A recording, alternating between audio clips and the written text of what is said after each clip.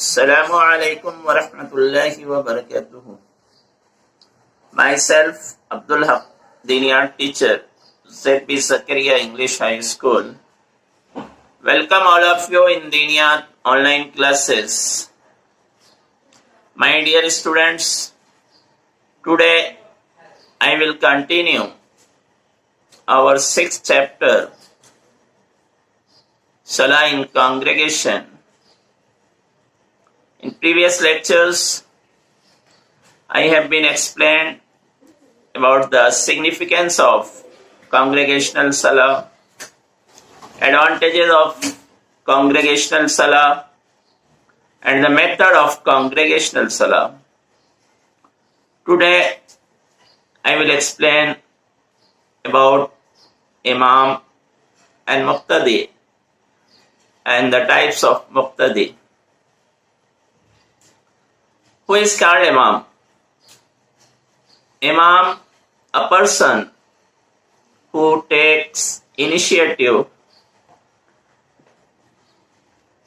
in the matter of community service and guides and leads the people is called Imam. The person who leads the congregational prayer is also known as Imam. Since the person who leads us in Salah is our leader, so he should guide us in all our worldly affairs.